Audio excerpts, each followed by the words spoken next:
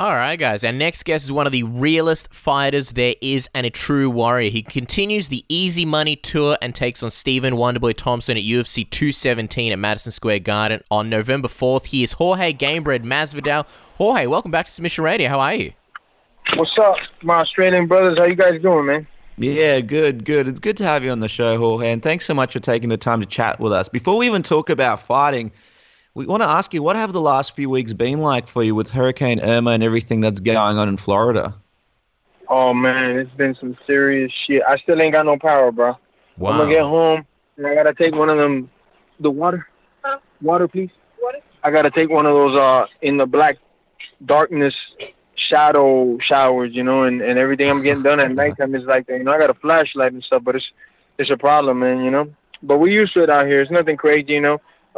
My mango tree that gave me mangoes every year, like 60 to 100 mangoes every year, got ripped from the roots, like it twisted it over, you know. So it wasn't the best of things. And then there's 2 more hurricanes in the Atlantic right now, so it ain't over for us yet.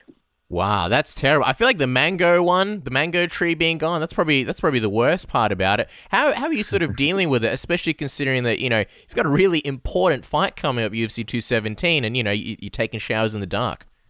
Man, it's been a headache. I should have the power hopefully tomorrow morning. You know, the bad thing is that I had power for like a day, then I didn't have power for 2 days, and then I had power for 2 days, and then today I woke up with no power. So last night I made the mistake of buying groceries, and now most of them probably have gone bad. You know, I mean, I moved the important stuff to like another fridge, somebody else's house, but it's just, it's a headache, you know. But man, that shit don't faze me, man. I had to drive 18 hours to get my family out of here, and I drove them straight. And then I had to drive another 18 hours straight to get them back. And it's what you do when you're a man, you know, you get shit done. Talk to us a little bit about the ATT gym. Is everything okay there, or has there been some structural damage to the gym? No, if you've seen that gym, there's no structural damage that couldn't be done to that gym. You need like an earthquake of mass proportions to hit, and earthquakes can hit Florida.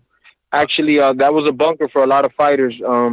They had 30 to 40 plus people there as shelter because the building is not going anywhere. You know, it's one of those concrete, maybe 2 feet of concrete slabs everywhere. You know, it's a great facility to be in for any type of catastrophe.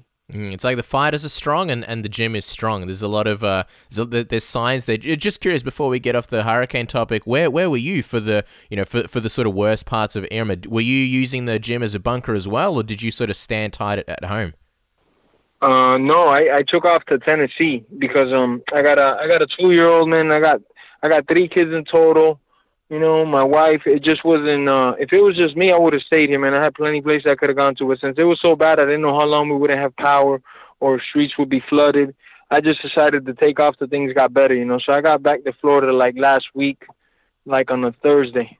Wow. Yeah, and it's crazy. And obviously a lot of fighters, there are a lot of teammates affected, like Thiago Alves. So it's good to see that your family was safe and that hopefully you have some power soon. Let's go back a few months to UFC 211, where you had a razor-close loss to Demian Maia.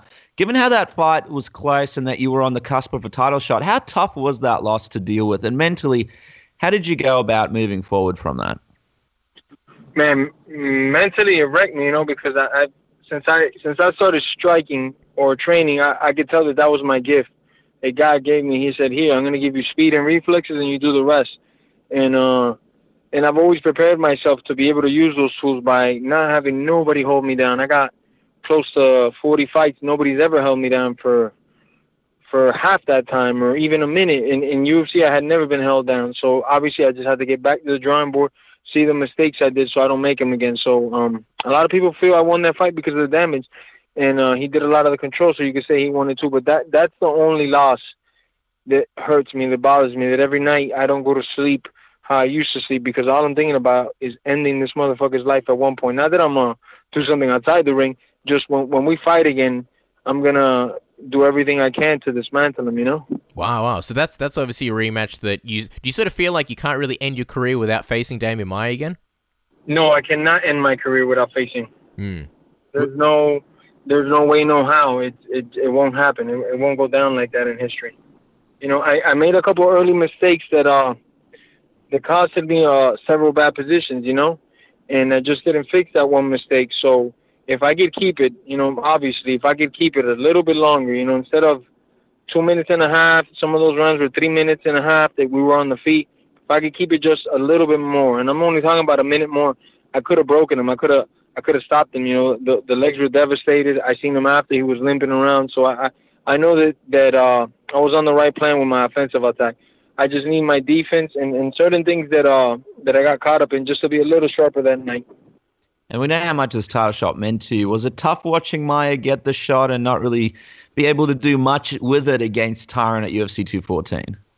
I knew against Tyron he'd have a problem. Tyron's a stronger dude than him, and he has a way better wrestling base. And if I would have hit the ground, it could have been a huge problem, But I was really surprised in that Demian didn't drop half guard, and that's really where he's at. His wrestling is not the best. His wrestling is really not good, but his half guard makes him a threat from another planet.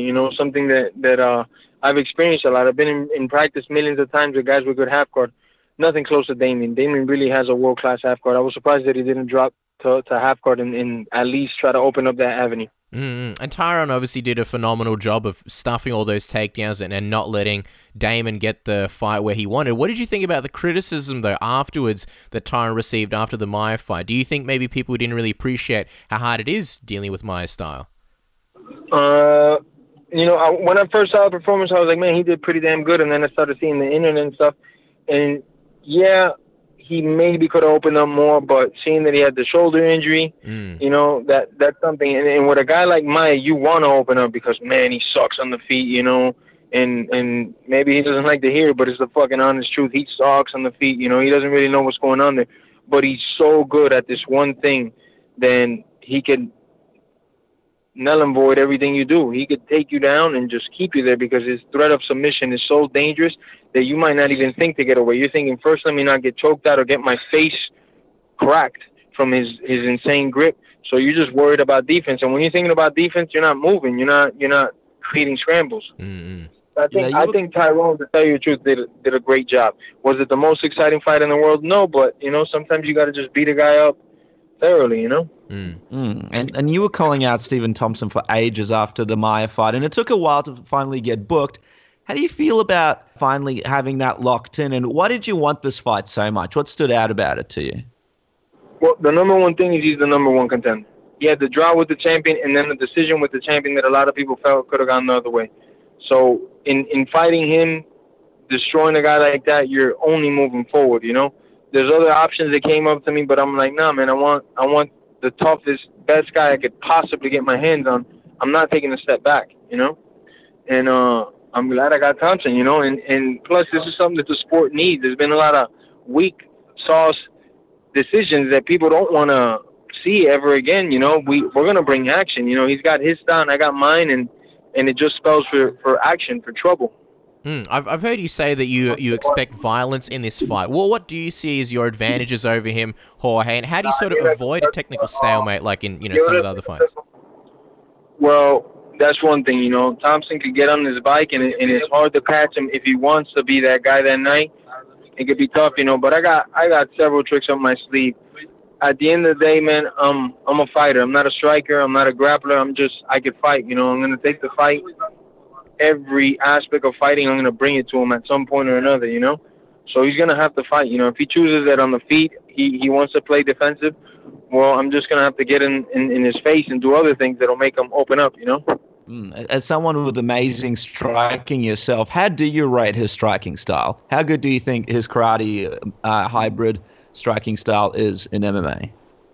Well, definitely his karate, I would say, is top-notch. I've seen a lot of guys karate, and it's not the best. This guy has seriously polished up his tools, There's little things. It's just the little things that make the difference between where he's at now and some guys that had a regional show they can't make that bridge. And that's little things that he does, in his way of doing karate. It's karate, but it's not pure karate. He has the little twists and turns and everything that he does, and the way he chambers his kicks, and he keeps his offense going. But you're going to see that when he gets in there with another polished striker like myself, that's not going to take a step back, that's not going to pity-pat with him and try to go to a point fighting match, it's going to get ugly real quick because he's going to have to fight in all the ranges, and I can fight in all the ranges. I can fight in the pocket, I can fight chest to chest, I can fight in the outside. I could pick him up and put him on his head and make his life hell for 15 minutes. So he's going to have to fight, man. You know, he could do whatever the fuck he wants to do, and I'm really never concerned myself with people's strategies. I just know that I'm going to get all up in that ass, man. I'm gonna hurt this dude. All up in that ass. I love it. Will you be, given that, you know, your teammate Tyron Woodley's fought him a couple of times, will you be getting Tyron to be a big part of, you know, your preparation for this fight? I mean, I'm not going to bug him and, like, pick his brain or nothing, but I see the fights that he had, you know, and pick up little tricks and things that he did there that worked for him. I know what Thompson does, you know. I know exactly in and out what Thompson does before I was ever going to fight him. I had seen him fight. I think we were on the same card, and I saw him fight live, and I was like, oh, man, he has an interesting, different style that he brings to the game, you know. I mean, on a technical level, he does so many things wrong, but he gets away with it because of not of his athleticism, because I don't think he's the best athlete. I think it's because of the way he sets things up. You know, he's able to get away with these big mistakes that he's not going to be able to do with me, you know. He does a lot of funky stuff that guys really are just backpedaling on him, you know. They're not putting the pressure on him. They're not fighting him. Mm-hmm. Talk to us a little bit about this hashtag you've got going lately, hashtag Hoe Slap season. Where did this come from, and what does it mean? What it means exactly is hoes are getting slapped, man. I'm not talking about the female ones. Because all the princesses out there in the world, I love them. I'm not slapping no women. It's just certain dudes are getting slapped up, man. Especially the ones that be acting like hoes. Who are the hoes and who are acting like hoes? Oh man, I don't think we got enough time in this interview to go over that. That many? But there's in my sport, there's a lot, man. You know, there's a lot of them. I'll tell you one of them. That Bisping, Michael, whatever the count. You know, he's a little bitch. He needs to get slapped up, man. He needs to fucking man up for the shit that he did. You know, ripping my country's flag for no reason, then saying corny ass shit like, "Hey, the flag was just happened to be there." My ass, you put that shit in your pocket and you probably brought it in. He's such a corny dude, you know. He does corny things like that, like to another man that just finished fighting. You know that nothing can happen. There's more security in there than in the White House, and you acting crazy like that. You know, that's not man shit. You know, if I would respect him if he did that, like on the solo, like in front of Joel or in front of me or anybody that reps that country and did things like that.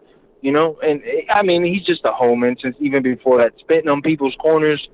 Who are you? You know, why would you do that? You know, maybe in England, spitting on people is like acceptable. I don't know, but here in America, you get killed for shit like that. You know, you don't spit on people, especially people's corners. So I just think that's the number one hoe I gotta slap, man. If God is with me and I get this title, I'm gonna break that dude's face one way or another. You know, I gotta get in there and show the world what a hoe he is. It sounds like you want to fight him. I'm just wondering, are you expecting any tense moments or run-ins between? Because you guys, man, I would. I'm not gonna say I'd do it for free because you never do nothing you're good at for free. But I would fight that guy for like fucking, I don't know, take me to McDonald's and let me take out and I'm fighting that guy. You know, just buy me a fucking dinner and I'll break that guy's face. You know. Are you expecting any sort of, you know, tense moments or run-ins? Because you guys are fighting on the same card, UFC 217. You're probably going to be spending, you know, a fair bit of time together doing media and around the hotel and things like that. Are you expecting any tense moments? I'm just expecting his titty fits. You know, that dude is a child. You know, I seen him in Vegas. The first time I seen him actually ever in my life, and it was after he set up all types of craziness on social media and telling me something if you ever saw me. So we happen to be walking. I happen to be walking out of my hotel elevator, and he's getting out of the cab stumbling drunk, and this is like 8 a.m. And I see him, and I just start staring at him, and we were in the same line of path, trajectory. He went completely to the other side and just not focused on me. Didn't look at me none. I'm looking at him, and I go, Bisping, what's up? You know, and I raise my hands up to see what his thought process is, what he's thinking, you know, and the whole UFC PR was in. They were dying laughing because he threw up like the Cowabunga sign, just walked away and got in the elevator. And since then, I knew he was a little hoe, you know. I already knew before, but that like extra clarified it for me. So I'm sure he's going to try to get at me in New York or something, but he knows who I am, and I know who he is, man. He's just going to do craziness when the cameras is around. But if it's just me and that guy, like let's say we're in a parking lot, and he was trying to take my parking spot, it wouldn't happen, you know? Wow. And you got to tell us your thoughts on this matchup against GSP, because a lot of fighters are frustrated about the fact that GSP has moved up to middleweight and is getting the shot against Bisping, and that Bisping is fighting him. Are you a fan of this matchup? Man, I'm a fan of super huge fights, right? So maybe I'm not the biggest fan of this match stylistically because I really don't care, but it's a big fight for the sport. You know, I hope it brings in new faces, new people who've never seen the UFC maybe, or even old fans of GSP that haven't been watching as much. I just hope it breaks all record pay-per-view and crazy shit like that. You know, that's what I hope for, but I really don't care for it, you know?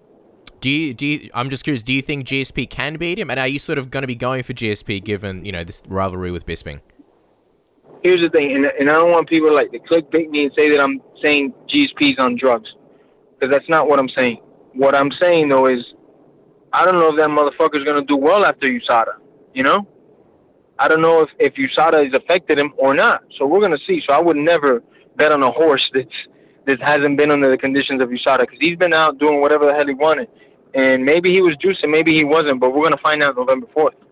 What do you think is the reasoning behind GSP wanting to fight Bisping so badly and moving up to middleweight rather than fighting in welterweight against possibly a Tyron Woodley?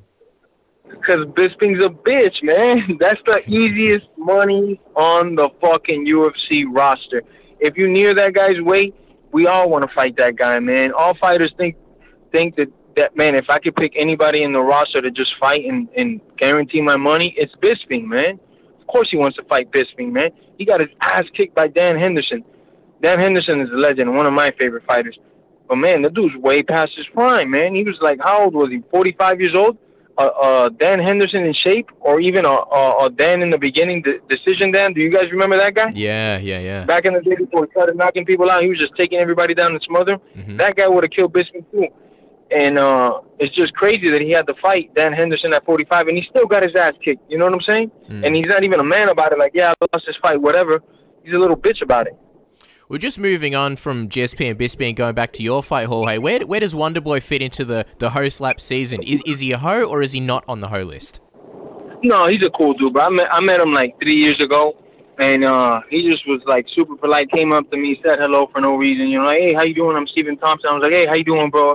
And then he was just like that with everybody. You know, he's a cool dude, man. He's not starting no drama or pretending to be somebody he's not, just to sell some tickets or to get a Facebook like. He really is that cool dude that you see on TV that's just a nice guy all the time, you know? And we've had some wonderful experiences with him as well, and a lot of fans have told us he's like that to them as well. But with no clear next contender in the welterweight division currently, Jorge, what do you think a win over Thompson does for you? Obviously, you mentioned how he's ranked right up there, but do you think it puts you as the front runner for the next title shot? Damn right. I mean, that's number one, draw with the champion. Those are just facts, you know, like there's nobody closer to the title than Thompson. Like if, fucking Woodley vacated the title or something, Thompson and me would be the guys fighting for the title, because Thompson's the highest ranked dude you could think of, you know? I have to ask, what about Robbie Lawler? Because he's currently number one. Do you feel like if you beat Stephen Boy Thompson, that puts you up there and ahead of Robbie Lawler as well? I would think so, man.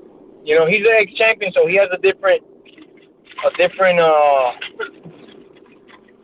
route to the title. You know, I'm sure if he beats Dos Anjos now for the title, it's gonna be a mix-up. It's gonna be up in there, you know. But the only thing that I got on my side is that the fight ended in round one, the Woodley and Robbie fight. You know, so I think people would just maybe want to see a fresh guy in there with Woodley that hasn't fought. And, you know, people are really excited about the matchup. Has anyone in the UFC confirmed that if you win, you'll get the next title shot? And have they been speaking to you at all, Jorge? No, not at all, man. Nobody's told me shit. Do you sort of feel like, because, you know, Thompson's fought twice, do you sort of feel like, once again, the UFC are calling on Jorge Masvidal to, you know, maybe take out a guy that maybe they don't want to see in the title picture anymore? Kind of like, you know, with Maia. Oh, for sure. Don't nobody want to see a Woodley Thompson 3. It just doesn't create action, you know? Like sustained action, because they do have moments of fucking war, but people want to see war every second of every minute, so you got to get as close to that as you can. Do you have any concern that after this Bisping fight, GSP drops down and tries to jump in front of the line for the next title shot against Woodley? I wish. I would love to shut his mouth, like wired shut for 6 months, so I hope he comes to the welterweight now. I don't think he should get another free pass, because he already jumped the whole 85 line why should you get another pass at 170? You know.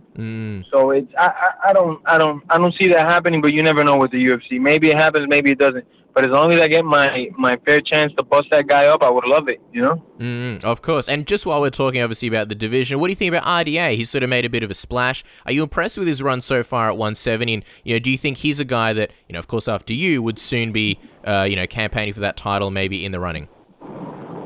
I'm going to say straight, honestly, from my heart, at 55, I was very impressed with a lot of guys he beat and the way that he beat them. At 70, I didn't see the Magny fight. But Magny's nobody to brag about. That's why I wanted to get my hands on that dude, because that's number 2 after Bisping, the easiest fight. And Tarek Saffiedine, I think USADA's hurt that guy a lot, you know. So at welterweight, though he's looking good, what's his face? I don't think he's gotten like a real test yet at 170. You know, I think he's gonna get the real test in Robbie right now. That's gonna be the breaking ground. If he could beat Robbie, then he's a problem, you know.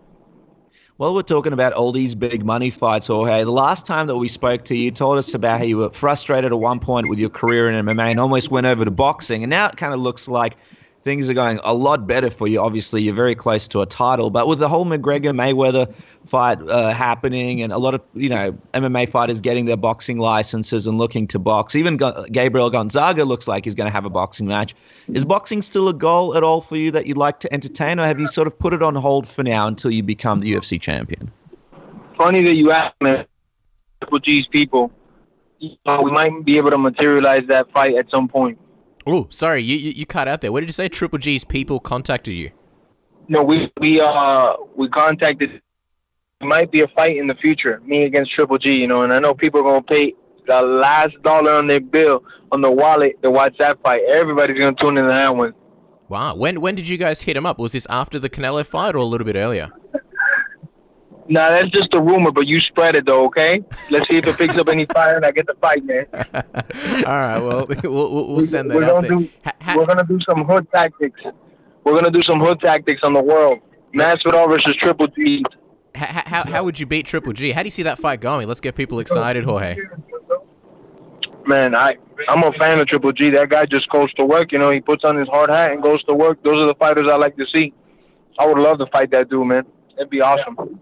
He's another guy that seems like a great guy behind the scenes as well. But okay, before we wrap up, and there's a lot of exciting things happening in Jorge Masvidal's career, we've got to talk about the fact that your next fight will be at the historical Madison Square Garden. Me and Casper spent some time there when the UFC made their debut up there. It's pretty crazy up there. It's a huge, I suppose it's a huge moment in an athlete's career whenever they can perform in a place like Madison Square Garden that holds so much history, holds so many big fights. What does it feel like for you knowing that UFC that you'll be stepping in there against Stephen Wonderboy Thompson?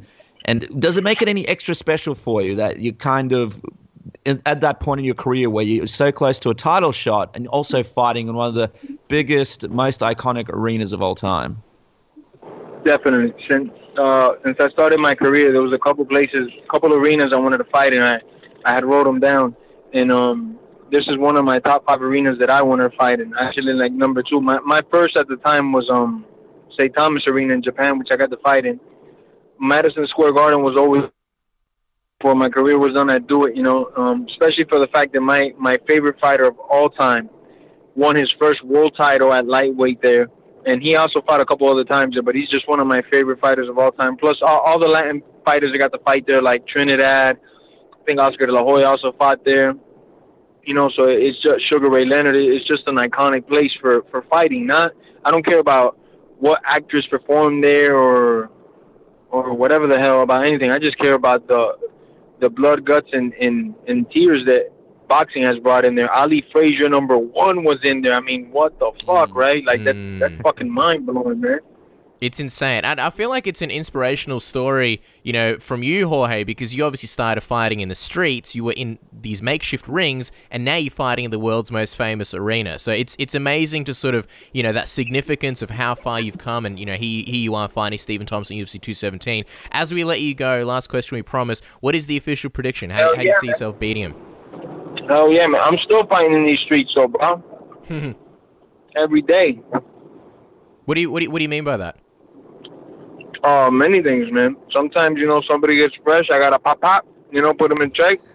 And just fighting these streets anyways, man. The streets are me. I live, what I do, the people I'm with, that's still a part of me, man. It hasn't left, and that's why you see it every time I step into the ring, That's who I am. Well, speaking of the next time you are stepping on the ring, Jorge, give us the prediction as we let you go. How do you see yourself beating Stephen Thompson at UFC 217 on November 4th? I stop him in bad. Like how people feel bad for Cowboy, like that, similar to that route. Like, man, you just feel bad for Wonderboy, and you're like, hey, you know what? Maybe that was unfair of the commission to make that fight happen.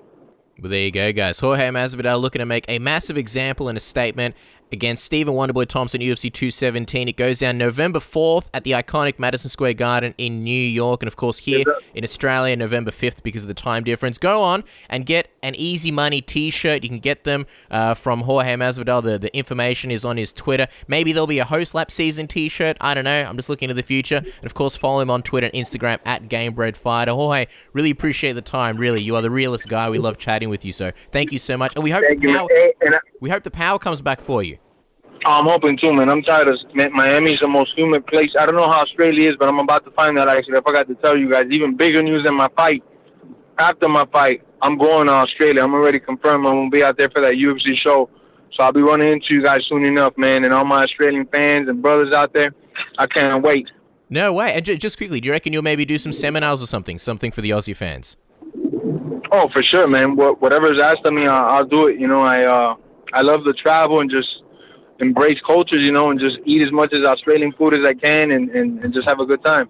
Awesome. Well, look, we'll show you a good time when you're here. Good luck in the fight, and we'll definitely see you in Australia next year. Thank you, my brothers. No, this year, man. Oh, this year. After my fight, November. Sorry. We'll see you in a few months then. Yeah. Yes, sir. You guys have a good night, man. Take care. Bye. Bye-bye.